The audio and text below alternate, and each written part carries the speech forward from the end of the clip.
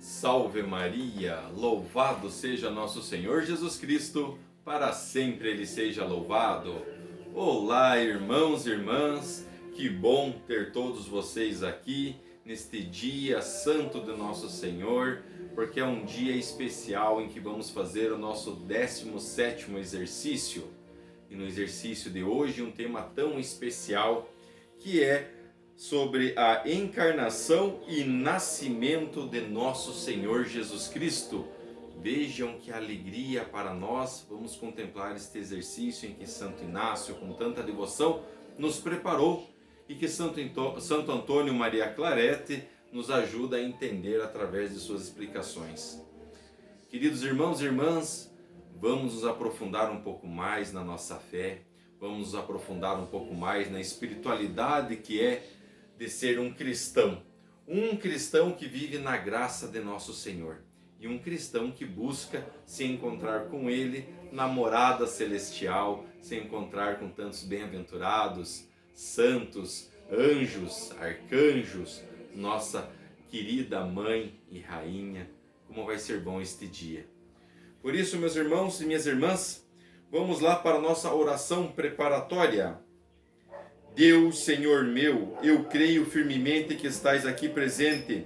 Eu vos adoro, meu Deus, com toda a submissão e afeto do meu coração. E vos peço perdão, humildemente, por todos os meus pecados. Eu vos ofereço, Senhor meu Pai, esta meditação e espero que me concedais as graças necessárias para fazê-la bem. Para este mesmo fim, recorro a vós, Virgem Santíssima Maria, minha Mãe, aos anjos e santos, para que intercedais por mim, trazendo-me o que necessito para que esta meditação seja frutífera. Amém. E vamos ao prelúdio primeiro, a composição de lugar. Vamos imaginar, através das palavras de Santo Inácio, aonde nós vamos estar neste dia, aonde nós vamos estar neste momento, durante esta meditação, durante este exercício espiritual. Com os olhos da imaginação, contemplarás a casa de Nazaré e tudo o que ela pode conter. Em seguida, observarás o caminho que se estende de Nazaré a Belém. Verificarás se é amplo ou estreito, se possui subidas e descidas, juntamente com todos os outros possíveis detalhes. Por fim, entrarás na gruta de Belém e observarás sua condição, notando quais pessoas e coisas estão ali presentes. Então, vamos fechar os nossos olhos e imaginar que estamos caminhando, saindo da casa em Nazaré, olhando aquela estrutura, imaginando a mesa, aonde são guardados os utensílios, aonde será a cama, como será a porta, as janelas. E então saímos de dentro desta casa e vamos seguindo o caminho de Nazaré até Belém. Vamos vendo se tem campos. Será que são pedreiras? Será que são relvas? O vento, será que é quente ou é frio? Estamos caminhando. Então encontramos um lugar onde pastores, onde os animais se refugiam, uma gruta, onde lá dentro se tem um presépio, se tem um lugar onde os animais se alimentam, até mesmo onde eles dormem. Imaginemos este caminho, imaginemos esta gruta. Será que é quente o seu interior? Será que é fria? Será que é muito vento? Será que o ar é seco? Vamos caminhando e sentindo como é este local aonde a nossa imaginação nos leva, aonde podemos estar caminhando e tocando, sentindo com a nossa mão o interior desta gruta, sentindo no nosso rosto o ar quente, o vento.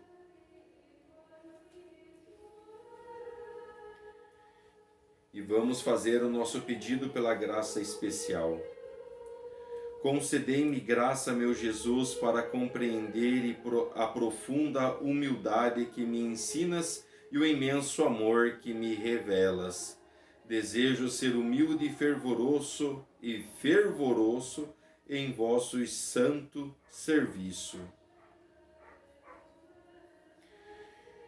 E o ponto número 1 é a palavra de Jesus Cristo segundo o Evangelho de São Lucas. Eu creio, eu proclamo e eu vivo. Louvado seja nosso Senhor Jesus Cristo. Foi enviado por Deus o anjo Gabriel a uma cidade da Galileia, chamada Nazaré, a uma virgem desposada com um varão que se chamava José, da casa de Davi. O nome da virgem era Maria. Entrando o anjo aonde ela estava, disse-lhe: Ave, cheia de graça, o Senhor é contigo, bendita és tu entre as mulheres. Então disse Maria: Eis aqui a serva do Senhor, faça-se em mim segundo a tua palavra. E José, também da Galileia, da cidade de Nazaré, a Judéia, a cidade de Davi, que se chamava Belém, porque era da casa e família de Davi, para se recensear juntamente com Maria, sua esposa, que estava grávida. E estando ali aconteceu, completaram-se os dias em que ela devia dar à luz, e deu à luz o seu filho primogênito, e o enfaixou e reclinou numa manjedoura, porque não havia lugar para eles na estabelagem. Vamos à explicação deste ponto número 1, porque estamos vendo e estamos escutando e meditando o Evangelho do Senhor, segundo as palavras de São Lucas. Jesus Cristo, em sua encarnação e natividade, humilhou-se ao extremo. Oh, quantas e que admiráveis humilhações devemos considerar neste mistério! Mas meditaremos apenas algumas delas. Primeiro, a assunção da natureza humana. Mesmo se tu tivesse a visão iluminada, jamais conseguirias admirar suficientemente este mistério. Então o explicaremos mediante de uma comparação. Imagina, alma minha, um rei, dono de um vastíssimo império, de grande poder e riqueza, adornado de sabedoria e de todos os talentos e qualidades que são adequados a um príncipe de sua envergadura. A nobreza, o exército e o povo o amam como um pai. Nada do que se possa imaginar lhe falta para ser feliz.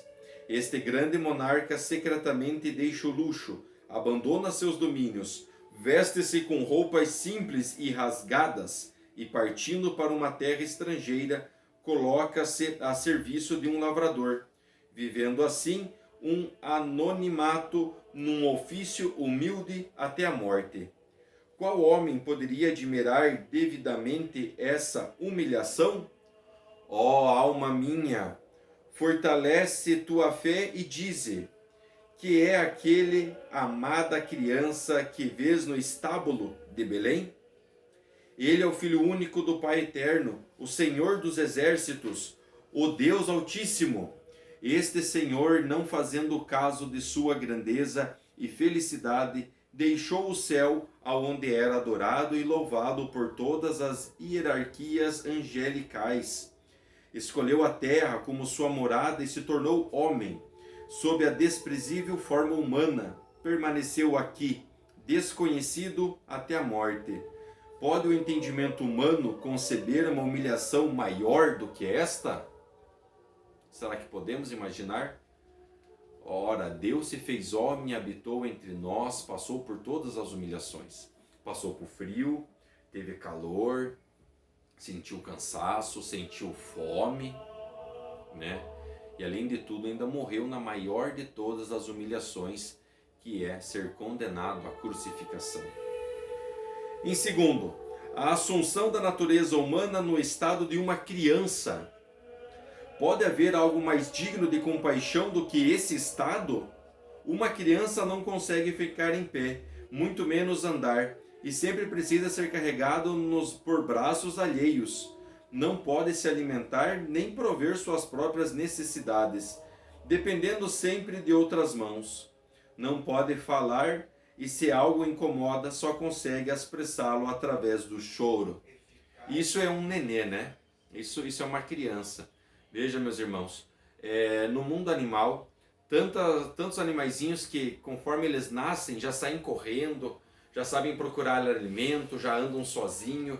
Se sua mãe foge, né, por exemplo, de um predador, este filhote já se levanta e sai correndo junto. Agora o homem, veja como é a criatura humana.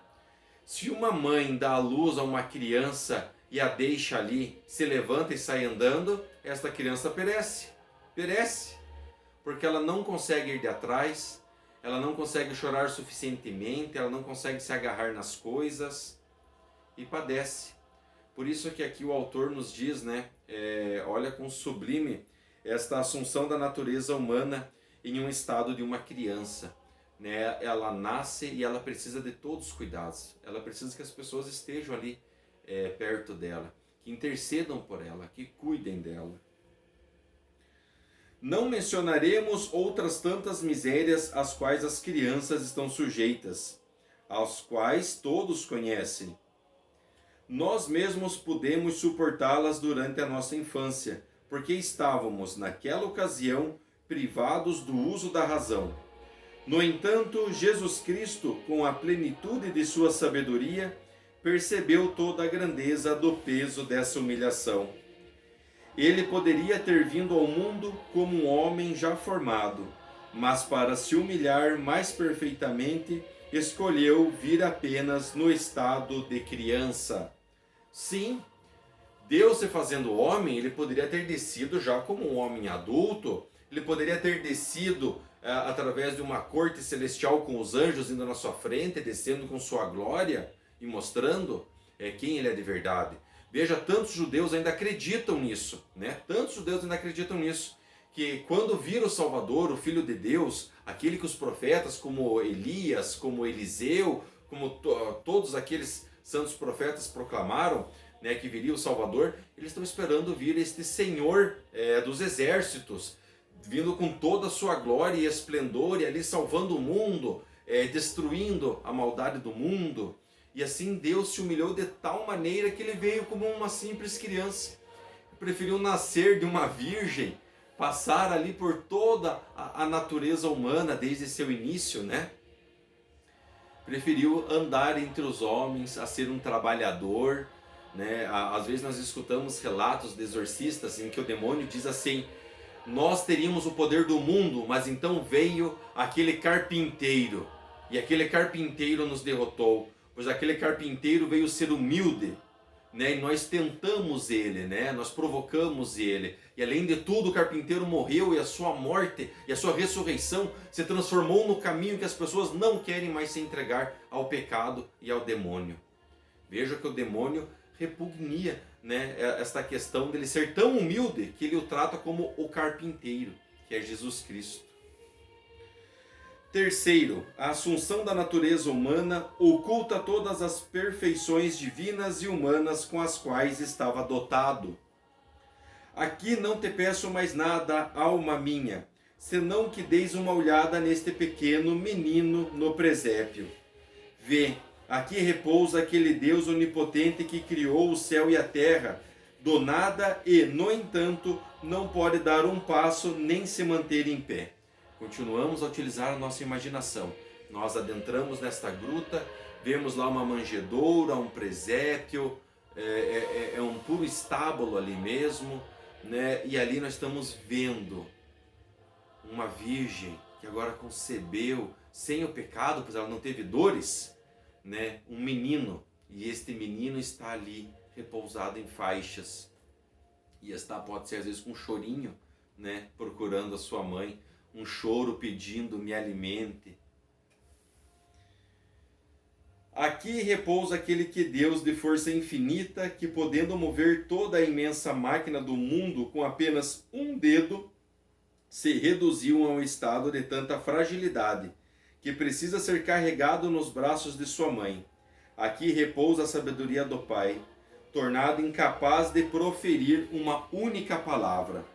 Aqui repousa aquele Deus de riqueza infinita, a quem os príncipes mais temíveis se veem obrigados a pedir socorro, e ele não tem outro abrigo senão um estábulo imundo. Oh, que humilhação! Oh, que humilhação do meu Redentor! Sim, Deus se fez homem, Deus se fez menino, Deus nasceu no lugar mais humilde que ele poderia ter nascido. E nós sabemos por historiadores, até mesmo pelos evangelistas, que José procurava um lugar para ali acomodar Maria, pois sabia que estava vindo, o menino que iria nascer.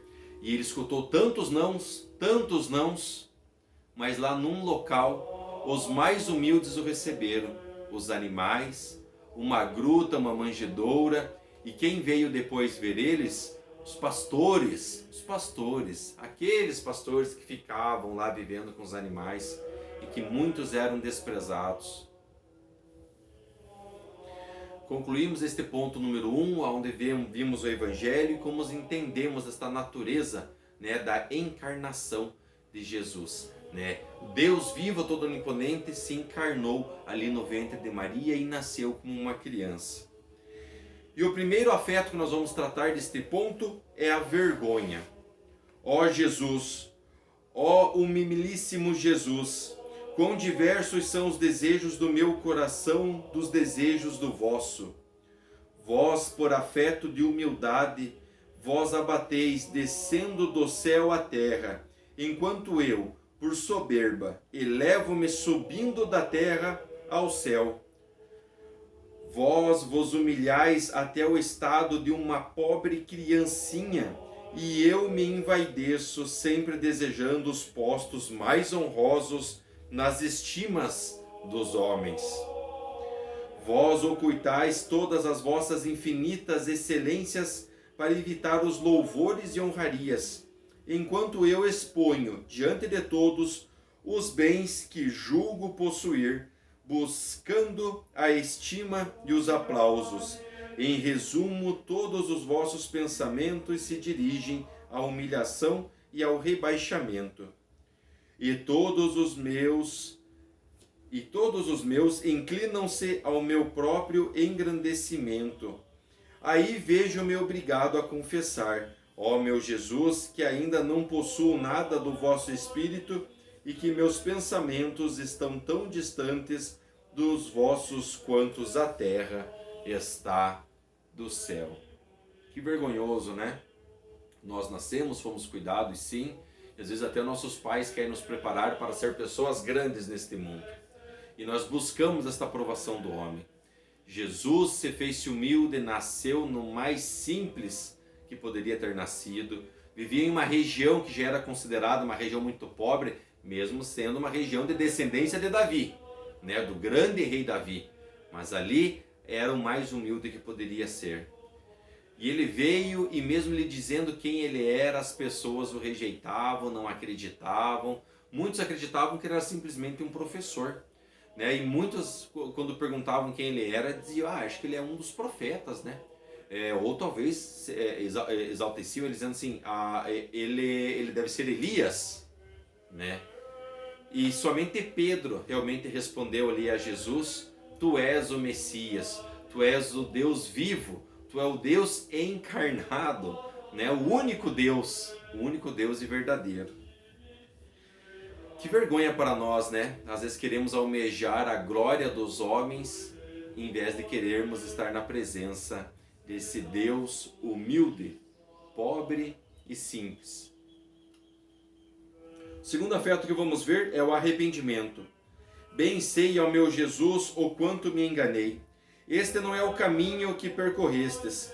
Porém, a partir deste momento, arrependo-me de todos os desejos e prazeres aos quais consenti, de todas as palavras de vanglória que pronunciei, de todas as ações que realizei por vaidade. Somente a vós a devida toda a honra e glória, e somente a vós quero oferecê-las, pois sois a origem e a fonte de todo o bem. De agora em diante não olharei para mais nada, senão para o vosso eviltamento e humilhação, para amá-los e abraçá-los com todo o meu coração, segundo a norma da vossa doutrina e de vosso exemplo.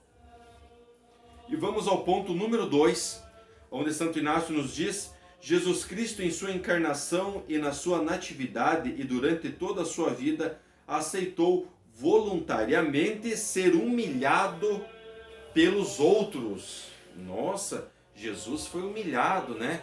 E durante toda a sua vida, até mesmo pelo seu ofício. Muitos sabem que José, sendo ali um carpinteiro, né, passou os ensinamentos para Jesus. Nós sabemos, muitos historiadores, né, que Jesus fazia bancos, que Jesus ajudava no preparo ali de camas e até mesmo de latrinas. Latrinas, sim, banheiros, né? E vejo que ele era humilhado pelo seu ofício. Enquanto tinha os arquitetos, e esses arquitetos não eram mais reconhecidos. Agora os carpinteiros, até nem tanto. Primeiro, considera como Jesus foi recebido pelo mundo em seu nascimento. Pode haver maior ultraje para um homem do que ser rejeitado por seus próprios concidadãos? E não é? Jesus foi rejeitado muito mais na cidade onde ele nasceu do que lá em Jerusalém, do que em todos os lugares que ele foi, né? Agora, ali onde ele nasceu, ele foi muito rejeitado. E não encontraram sequer em sua própria pátria que lhe conceda abrigo, nem mesmo por uma única noite? Pois aconteceu exatamente isso com Jesus Cristo em Belém. Para todos os outros, velhos e jovens, homens e mulheres, nobres e plebeus, encontrou-se a acomodação. Apenas Jesus, com a sua mãe, foi rejeitado por todos e se viu obrigado a ver o raiar do sol em um estábulo. Mas como Jesus Cristo suportou este tratamento descortês? Com grande alegria, pois foi ele mesmo que providenciou que assim acontecesse, porque de outra forma, se eu não tivesse o desejado, poderia ter enviado exércitos de anjos para anunciar a sua chegada. Poderia ter feito a terra tremer e com isso ter movido os cidadãos a venerar e adorar com respeito a sua majestade. Nada disso nosso Senhor fez.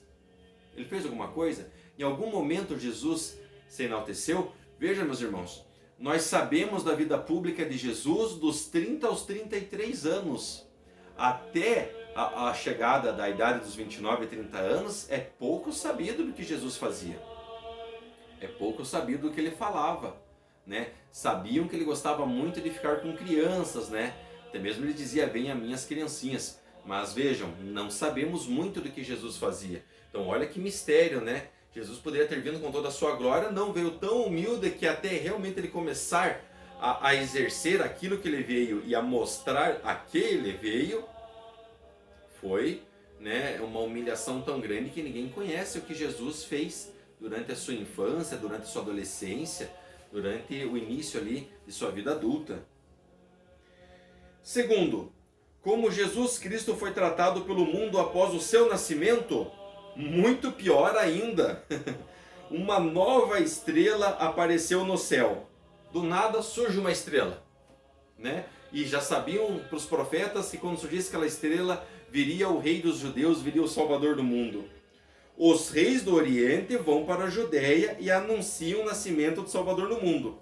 Agora sim, toda Jerusalém deveria vir para adorar o menino Jesus. E aconteceu isso? Oh, que grande ingratidão desse povo!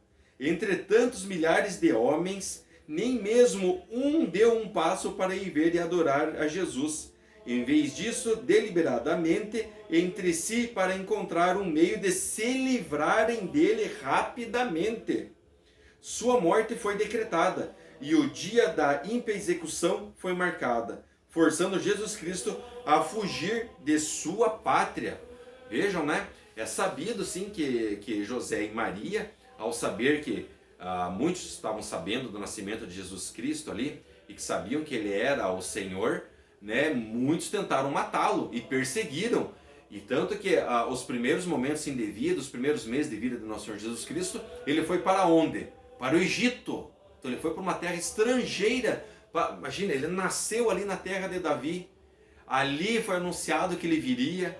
E quando ele finalmente chegou, foi abandonado por sua pátria, foi perseguido e queriam executá-lo. E tanto que tantas e tantas e tantas crianças, né, morreram por causa do nascimento de Jesus. Até nós costumamos rezar no dia após ali do nascimento de nosso Senhor Jesus Cristo, dos santos inocentes mortos, né? Tantas crianças mortas que foram ali, um genocídio que Herodes proclamou que toda criança deveria morrer, toda criança que poderia ter a idade ali do nascimento do nosso Senhor Jesus Cristo. Olha que terrível, né? Terceiro, e como o mundo viu Jesus Cristo quando adulto? Ele ficou adulto, então agora será que finalmente vão reconhecer ele? Não. Não foi muito diferente da imagem que fizeram dele em seu nascimento.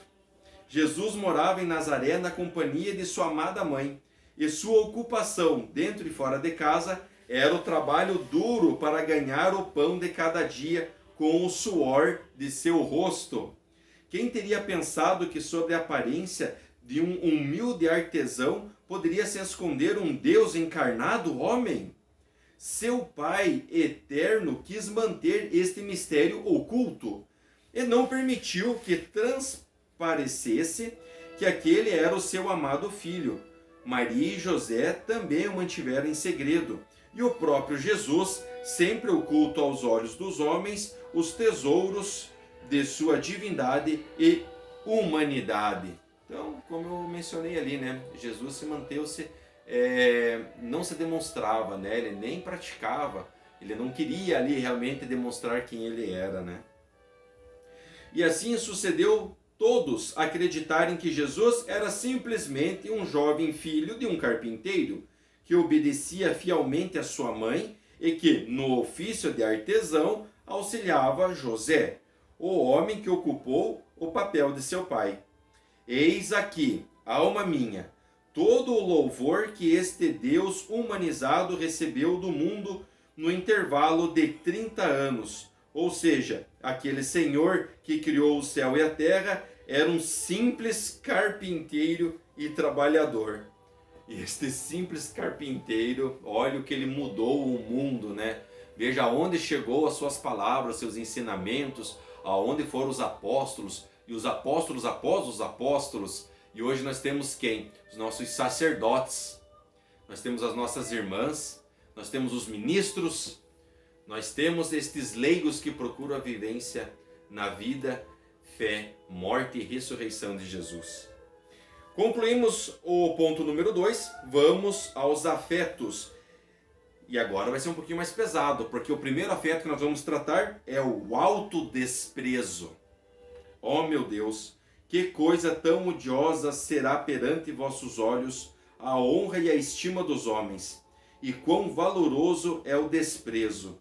Por acaso vos faltariam os meios de procurar as honrarias, se sim o quisesseis, né? Ou você procurou, meu Senhor, este fato, procurou ser ali repleto de glória? Em apenas uma hora poderias ter abarrotado o mundo de milagres e com isso atrairia todas as admirações dos homens. No entanto, não quiseste fazê-lo e ocultastes todos os tesouros das vossas perfeições sob a humilde condição de um simples carpinteiro, para assim fugir de toda a estima e honra. Ó, verdade amaricíssima, para mim, vós buscais evitar as honrarias e eu fujo dos desprezos. Vós amais viver desconhecido e eu busco me fazer conhecer. Vós vos alegrais nas afrontas e eu nas honras. Ó meu Jesus, ai de mim! Em que péssimo estado me encontro? Se vosso espírito é o caminho da santidade, meu espírito é o da perdição. Se vossa humildade é a chave do céu, a minha soberba é o inferno, pois sabemos que o homem pende para o pecado, né? O nosso livre-arbítrio hoje é tão livre que é mais fácil nós adorarmos o pecado do que procurar Jesus, que é humilde e manso de coração. E o segundo afeto que vamos ver é a ânsia pela humildade. O que evidencia mais claramente minha soberba é que me vejo sendo honrado muito mais do que fostes, e ainda assim não me satisfaço. Venera-se em mim o estado no qual me encontro, e por conta dele sou tratado com respeito e reverência. Porém, quem vos tratava com veneração, quando não mostráveis outra condição senão a de um pobre carpinteiro? As pessoas até reconheciam o trabalho artesão, o trabalho ali do carpinteiro, né, de nosso Senhor Jesus, pois conheciam ele como Jesus de Nazaré, né? Jesus de Nazaré, Jesus filho de José, José, né, de Nazaré, ali, e sua mãe, quem que era sua mãe? Maria de José, né? Era muito fácil de conhecer as esposas através pelos nomes dos maridos, né? E vejam, né, ele era conhecido como um carpinteiro. Veja, meus irmãos, até 30 anos Jesus ficou ali tão escondidinho que só o conheciam como o carpinteiro, o artesão, filho de José, né? Um trabalhador, que não usava roupas bonitas, né? Trabalhava às vezes em trabalhos que pareciam ser até vergonhosos assim para a sociedade, mas ele fazia com muito agrado, fazia muito bem, né? E ficou ali se preparando para quando finalmente fosse proclamar a vinda do reino de Deus, assim ele estivesse forte. E o que nós fizemos, né? Sabemos bem disso. Ai de mim, quero ser mais estimado do que foi meu Redentor. Nunca, né? Bem eu sei, ó meu Jesus, e por isso eu não sei mais o que fazer. Este desejo pelas honrarias que os vossos olhos é tão odioso, e este horror que tenho pelo desprezo, que vós é tão abominável, estão profundamente enraizado em mim. Meu pecado é tão infame que desejo que tudo ceda aos caprichos do meu eu. A vossa honra, o beneplacito de vosso Pai eterno, o processo da virtude e a santidade da minha alma. Oh, que absurdo! Esta é uma ferida que somente vós podeis curar, meu Jesus. E sim, devemos nos prestar diante do Santíssimo, ali às vezes mesmo no sacrário, ou quando o sacerdote faz ali o mistério, né, do corpo e sangue de Jesus Cristo sobre o altar, devemos pedir perdão, devemos sim pedir perdão. E como precisamos pedir perdão? Mas primeiramente precisamos nos arrepender dessa soberba, né, dessa busca pela honraria do meu eu, né, e não buscar ser simples e humilde como foi Jesus. E vamos ao ponto número 3, que é as reflexões a respeito da humildade de Jesus Cristo. Aqui tens, alma minha, um dos pontos mais importantes da vida espiritual. Pede a Deus a luz e medita bem. Primeira reflexão. Não pode ser encontrada em uma alma algo tão agradável a Deus quanto o desprezo e a humilhação. Imaginemos que, vivendo nós no mundo antes do nascimento de Jesus Cristo, o Pai Eterno, para nos fazer compreender bem a nossa soberba, nos perguntasse de que maneira deveria enviar o seu Filho ao mundo. Qual resposta lhe teríamos dado? Diríamos sem hesitar: convém que seu pai adotivo seja um grande monarca, sua mãe uma grande rainha e sua morada um magnífico palácio. Que legiões inteiras de anjos sejam enviadas para anunciar a sua vinda, e que estes mesmos anjos seja ordenado que vão rapidamente prestar mais humildes adorações ao Deus recém-nascido. Também seria conveniente que seu trono fosse muito sublime, evidenciando sua majestade e sabedoria, e governasse o mundo com autoridade suprema. Assim nós teríamos pensado, e é o normal mesmo do homem, né? pensar, já que está vindo uma pessoa tão importante, vamos colocá-lo no melhor ponto possível, né? Mas o que faz o Pai Eterno? A mãe do meu dileto e único filho, diz ele, deve ser uma pobre donzela, sua morada um estábulo e sua cama um pouco de palha. Ele não devia reinar, mas sim obedecer. Devia permanecer recluso, dedicar-se a uma ocupação humilde, viver e morrer entre ignomínias e desprezos. Ai, quão cegos somos, alma minha! Aquilo que entre nós se tem em maior grau de estima é a honra, e o louvor é a glória mundana, enquanto o Pai Celestial valoriza somente aqueles que se desprezam e se humilham diante dos homens. Volta aos teus olhos a Jesus. O que encontras nele senão humilhação, opróbrios e maus tratos? E foi exatamente este sublime sacrifício que tanto agradou ao Pai Eterno e pelo qual se realizou a salvação do mundo. Simples, né? Nós até queremos e podíamos pensar, né, assim, por que Jesus Cristo já não veio com toda a sua glória à terra? Assim o mundo já estaria salvo, assim não haveria tantas guerras, não haveria tanta fome, tanta humilhação, tanto desprezo, não haveria tanto ódio, tanto pecado no mundo. Né? Mas ele precisou ser tão humilde, que até quando ele começou sua caminhada ali de mostrar o reino de Deus, chamavam ele de pecador. Não chamavam? Pois é, chamavam, porque ele andava com pessoas que eram impuras, ele andava com leigos, né? Com gentios, né? Com pessoas que não eram ali, não eram do segmento ali dos fariseus, não eram levitas, não eram de grandes casas ali, né? Veja, meus irmãos, veja. Ah, Jesus se fez tão humilde, porque ele mesmo dizia, eu vim para trazer a salvação àqueles que precisam.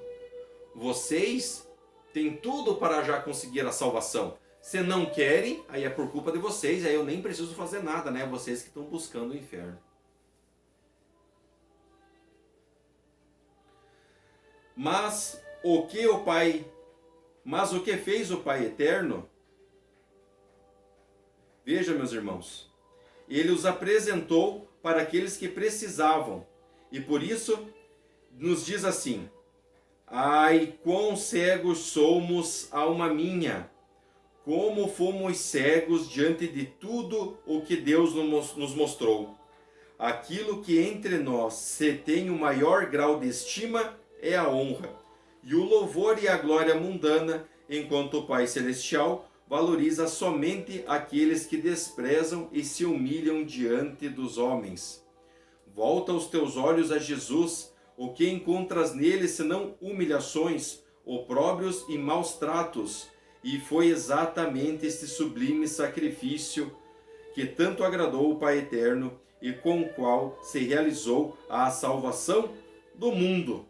Veja, meus irmãos, é impressionante como nós escutamos as palavras várias vezes, como nós precisamos escutar e repetir estas palavras várias vezes, para que possamos entender o quão humilde é Jesus e quão humilde é Deus, porque Ele simplesmente estende as mãos para nos alcançar a salvação e nós só precisamos caminhar junto e seguindo direto ao caminho que Ele nos diz. Não é tão difícil. Não precisamos de tantas honrarias para chegar ao céu. Precisamos ser humildes, precisamos comungar, precisamos rezar o Santo Terço, precisamos ler a Palavra de Deus, precisamos nos confessar, precisamos comungar na Santa Missa. É tão simples, são gestos tão humildes, são tão simples, tão simples. Não precisamos dessa soberba, meus irmãos. Não precisamos buscar honraria nenhuma nesse mundo para poder encontrar a face de Deus. A segunda reflexão, não há nada mais odioso a Deus do que o afeto pela glória mundana. Quanto menos uma alma se assemelha a Jesus Cristo, tanto mais é odiosa ao seu Pai Celestial. Pois que a semelhança uma alma que é aficionada aos louvores e às honras e à glória mundana pode ter com Jesus Cristo? Ora, se eu prefiro, nós já falamos muito sobre isso nessa caminhada, esses exercícios espirituais. Se preferimos andar com alguém que está no mundo e que é pecador e que nos leva a pecar, como que nós queremos ver a face do nosso Senhor Jesus Cristo? Se preferimos buscar pecados leves, eu não vou fazer um pecado mortal, mas às vezes faço uns pecadinhos, né? Eu lanço umas mentiras, eu dou umas olhadas onde eu não deveria olhar, eu vejo coisas na telinha do meu celular, do meu computador, que às vezes não deveria ver, mas são coisas assim que para nós, mas não tem nada a ver, né? E às vezes preferimos estar a isso. Nos atrelados ao mundo, nos atrelados à soberba do mundo, nos atrelados ao pecado do mundo, do que simplesmente querer contemplar e caminhar com Jesus Cristo. Os pensamentos de Jesus eram todos de humilhação e de anulação de si mesmo. Os desejos de Cristo não se dirigiam a outra coisa senão ao desprezo. A alegria e a satisfação de nosso Salvador estavam todas fundamentadas aos maus tratos, e sua vida começou a terminar entre as injúrias. Porém, aqui eu me calo, e tu, alma minha, cala-te em paralelo com Jesus, e vê se te assemelhas a Ele. Ponto. Concluímos esse terceiro ponto. Vamos agora tratar dos afetos.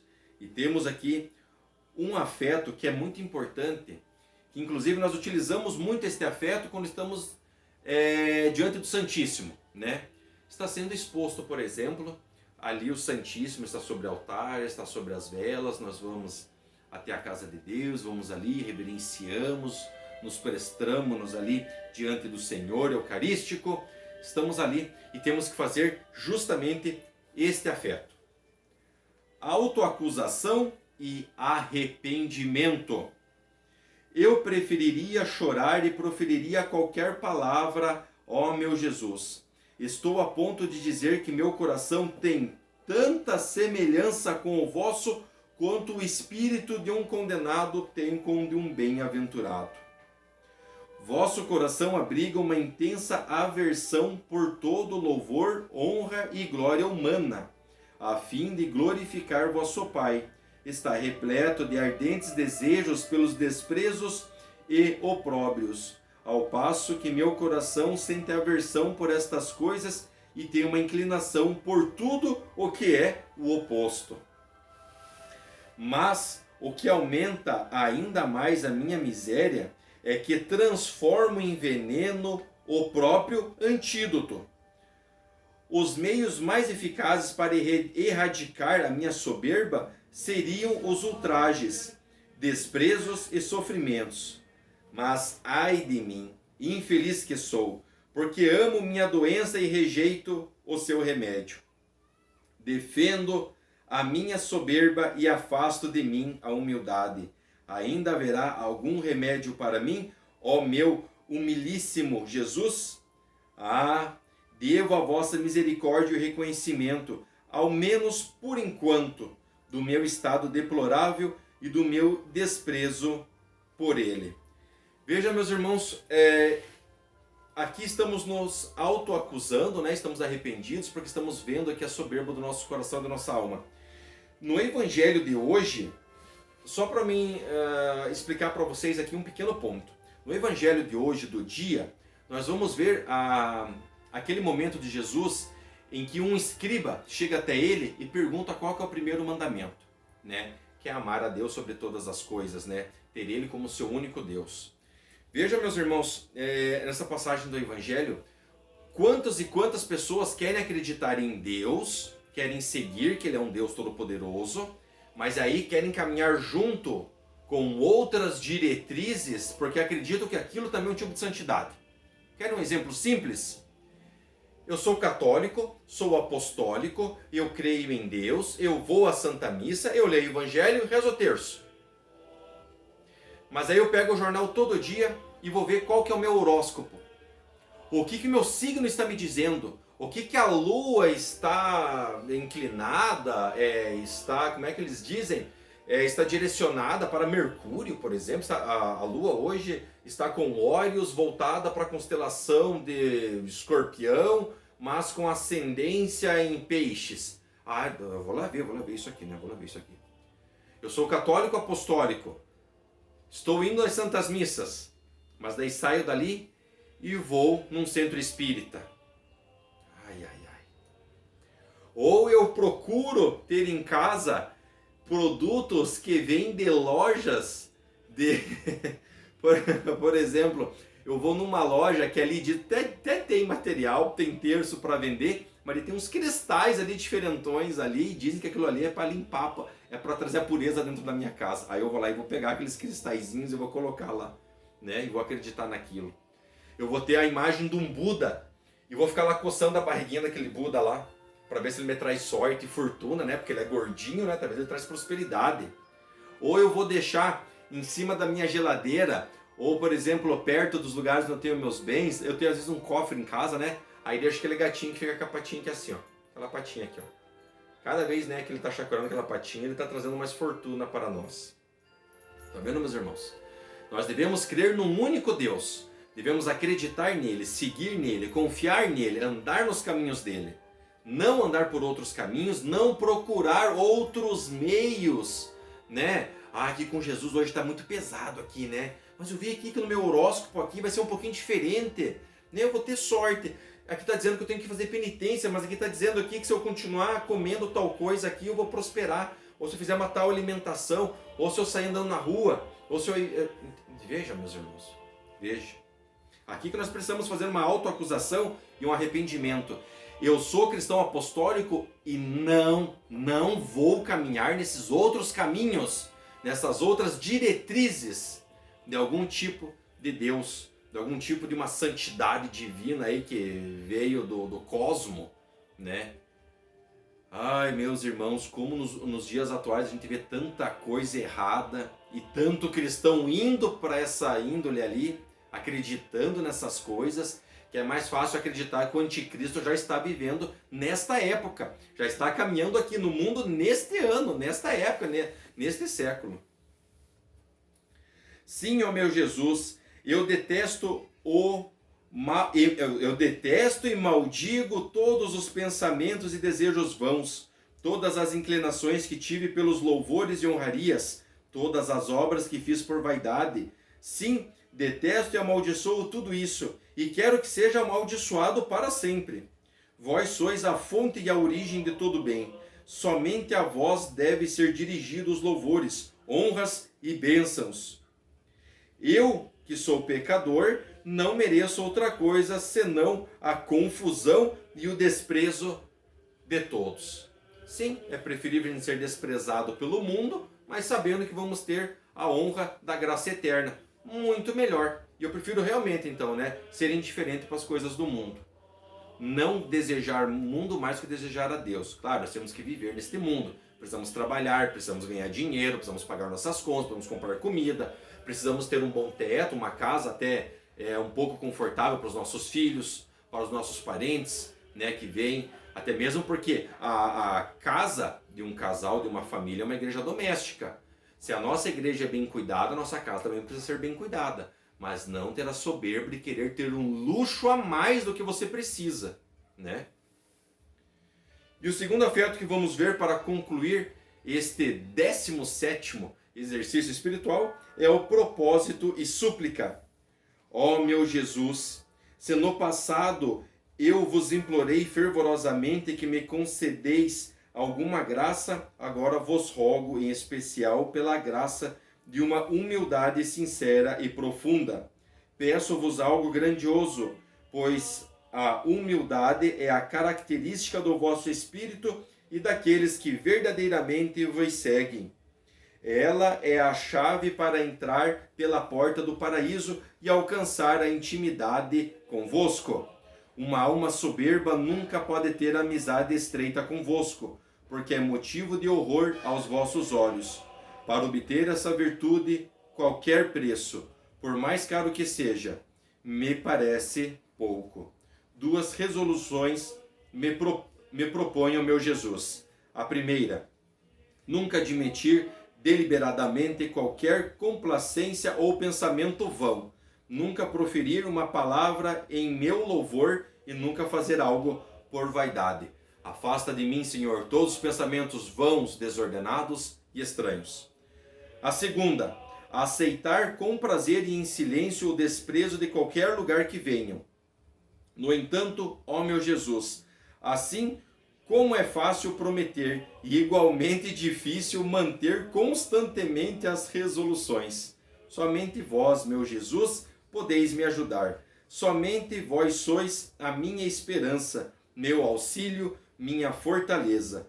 Convosco me abraço firmemente, ó meu humilhado e desprezado amor. Pai nosso que estais no céu, santificado seja o vosso nome. Venha a nós o vosso reino, seja feita a vossa vontade, assim na terra como no céu. O pão nosso de cada dia nos dai hoje. Perdoai as nossas ofensas, assim como nós perdoamos a quem nos tem ofendido. E não nos deixeis caíres em tentação, mas livrai-nos do mal. Amém. Ave Maria, cheia de graça, o Senhor é convosco. Bendita sois vós entre as mulheres, e bendito é o fruto do vosso ventre, Jesus. Santa Maria, Mãe de Deus, rogai por nós, pecadores, agora e na hora de nossa morte. Amém. Vamos à nossa conclusão da meditação. Façamos a nossa ação de graças. Dou-vos graças, meu Deus, pelos bons pensamentos, afetos e inspirações que me comunicastes nesta meditação. Oferecimento. Ofereço-vos as intenções que nela formei e peço-vos pela graça eficaz para colocá-las em prática. Para este fim, suplico a vós, Maria, minha mãe, aos anjos e santos de minha devoção, que intercedais por mim e me alcançais esta graça. Amém. Amém, meus irmãos. Terminamos o 17º exercício espiritual. Estamos agora na graça de Deus e vamos ser humildes o suficiente para procurar uma boa confissão, para procurar um arrependimento sincero e humilde, buscar a nossa confissão e arrependimento e que recebamos as penitências corretas. Tá certo? O Senhor esteja convosco, Ele está no meio de nós. Por intervenção da nossa excelentíssima Mãe, desça sobre vós, suas famílias, seus lares, seus locais de trabalho, a bênção de Deus Todo-Poderoso, Ele que é Pai, é Filho e é Espírito Santo. Amém. Salve Maria!